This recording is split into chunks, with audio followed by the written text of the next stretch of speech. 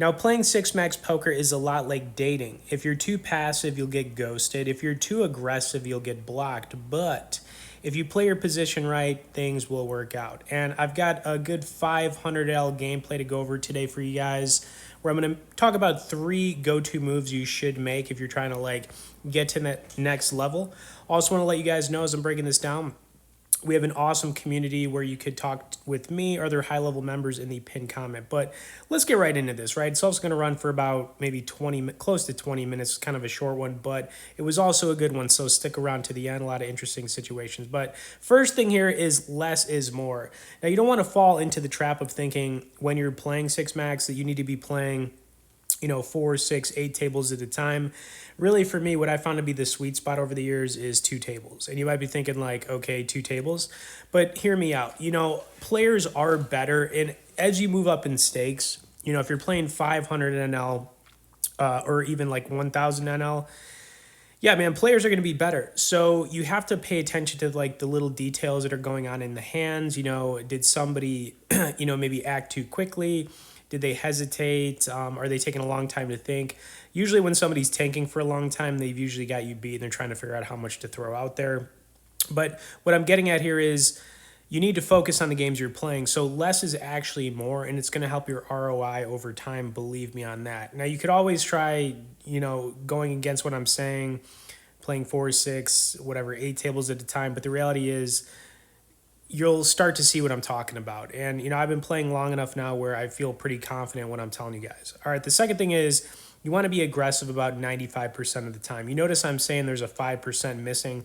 I do think when you're playing in these shorthanded games in your first or second to act, a lot of the time, I do think it's okay if you're first or second to act to limp with, small pairs, low suited connectors if you want to see flops.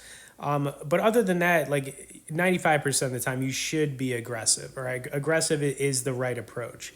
And really, the other thing is nobody does this, but if you review, each session when you're done, you can start to learn from your mistakes. And the more you do this, I would say what I would aim for is trying to get 0.5% better every week. I'm going to keep it really low because, it's usually over the course of, I would say 4 months, 6 months to a year. That's where you're going to see like the biggest improvements. It's not going to be in a few days or a few weeks or a couple months. It's usually like 4, 6 months or even a year down the road if you're, actually trying to improve.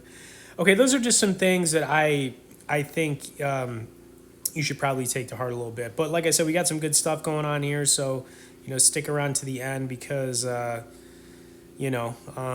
gonna be doing our thing here. You also notice I played that Queen 10, the hand prior. I made a pretty light call right there, but I was just making a call. Didn't work out. I let it go. That guy could have easily been repping some over pairs. So I just think that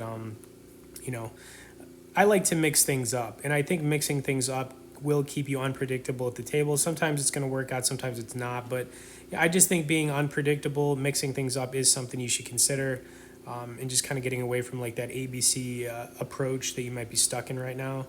You got to be bluffing. You got to sometimes do things a little bit unorthodox. It's probably the only way I could describe it, but it is what it is. All right, anyways, ace jack here. Pretty standard raise on the button. We hit top pair. I'm sorry, we were one before the button. It looks like I thought the button was on us. Anyways, I went for a pretty standard sizing here as a continuation. He folded it. On to the next one, chugging along as I like to say, and we're on our way now. All right, starting to head in the right direction. All right, king 4 offsuit. Not going to be playing this. Definitely just a quick fold for us. And when I do actually, like when you see me make a bluff, I'm usually like picking my spots. There's also a lot of thought process going behind what I'm doing. I'm not just like doing something impulsive. I am actually like thinking about it quite a bit before I make a play, whether that's a bluff or trying to get the correct value sizing or whatever it might be. There's always a lot of, I'm thinking, man. I'm definitely thinking, and I recommend having that same approach. All right, folded the 6-9, not getting involved there. No reason.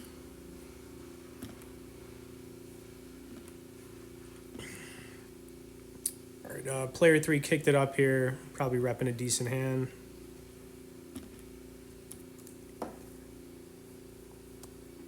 Let's see if player 1 made the call here. I think he's going to fold it. Yeah, he folded it. Okay. Okay, guys, okay. All right, so here we go with pocket kings. I'm curious if you guys thought I played this hand good or poorly, but you know, it is what it is. I'm going to just do an open raise here, hoping somebody raises us. We'll see what happens, right? We can dream.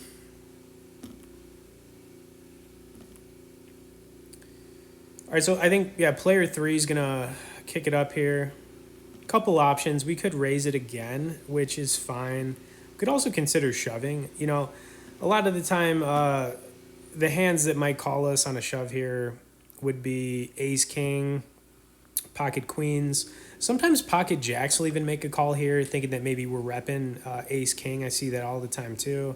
But instead of raising it up, I am going to just go for the jam. We're just going to do the jam thing here. Jam it out.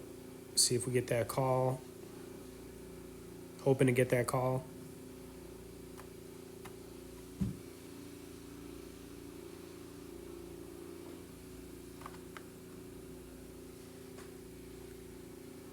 And I thought about it too. I actually kind of just went pretty quick with this. Player 3, let's see how long he thinks about this. I think he put some thought into this before making his decision, which was to, let's see what he did. Don't want to give anything away here. Kind of like let it run down half, about half of his time bank. Yeah, he made the fold. I think that he was maybe trying to figure out what I had. Maybe he did have like a mid-pocket pair, thinking about calling it. But he didn't.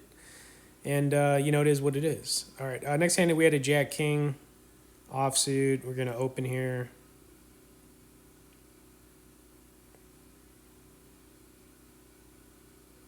All right, player 4 made the call. I think we went heads up here.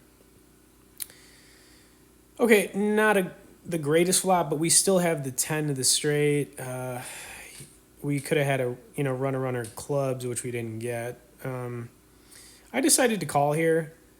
I checked the river. That was just not a good card. It's not even a good card to bluff, so I just gave it up. He probably had an ace there. I just don't think a bluff would have made any sense, and we move on to the next one.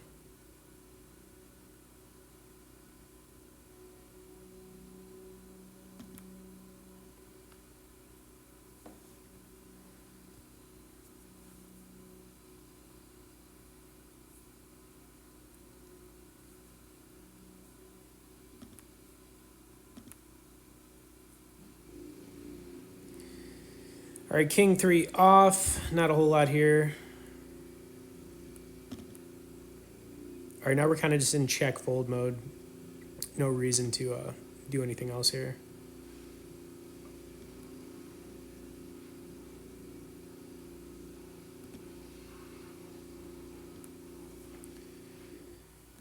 And I think if anybody puts anything out at this point, they're going to take it down. In my opinion. All right, player 3 put in a pot size. Maybe he's got a jack. Maybe he's got a flush draw. Who knows? Didn't make much of a difference. Maybe he had the jack. Okay, so here we go, guys. Hope you're ready for this one. This is going to be interesting. So we got another jack-king offsuit. Offsuit. Gonna hopefully have a better outcome than the last jack-king. And jack-king offsuit, it's just not a very strong hand, but I'll still play it. And I'll even call some raises with it. Like if somebody raises me, which is going to happen here, I am actually going to call regardless just to see a flop, see what happens. Because we're just so deep in this game too that sometimes it just, you can do things. Just play a little bit cautious though if you make, the type of play that I'm going to make here. But we are going to make a call and we're going to, kind of get it going.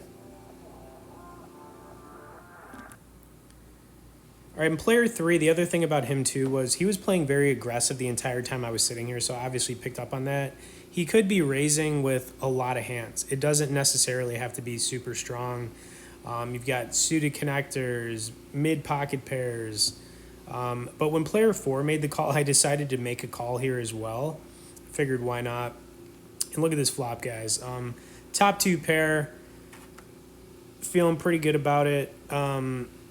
I mean, there are some cooler situations here, but I'm not going to really be thinking about that. You know, pocket kings, pocket jacks. But you got to understand, like, when you're holding, you know, two of those cards and there's two on the board, it's just a lot less likely that one of these guys is repping the hands I just mentioned. It's still possible, but it's just less likely. So when player three here is going to put out a decent sizing. So once again, we're kind of at a crossroads. Like, do we want to slow play this?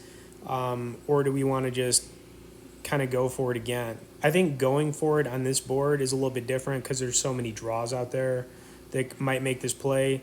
I mean, you know, maybe I could see sometimes queen tens making this play, honestly. It just depends. Like, you've also got some spade draws out there. So if this guy's got a hand like ace queen of spades, ace ten of spades, I think he's definitely going to call here.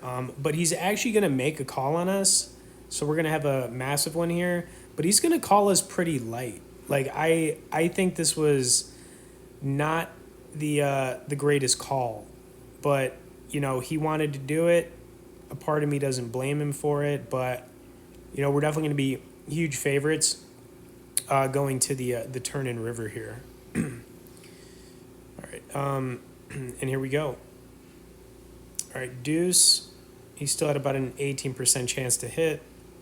Didn't get there. And I'll tell you guys what, man, that was a nice one right there, wasn't it? Anyways, oh, wow. Okay, Jack King again. We had Jack King offsuit 3 times in this. I'm pretty sure this one didn't work out for us, but whatever. 1 out of 3 did. But kind of to bring it all home for you guys, you know, I hope you enjoyed some more stuff here. Like I said, we've got you know, an awesome community. Ooh, a lot of nuance to six max for sure. It's never just, it's always different because you're always playing against different people. But really, you want to be opening up your game a little bit more, getting away from the ABC style approach, scaling back on how many tables you're playing. But, you know, there is nuance to this. But, you know, like I said, if you want to, you know, talk to me one-on-one or some other high-level members, awesome community in the pinned comment, tap the like, guys, subscribe, and we'll see you in the next one.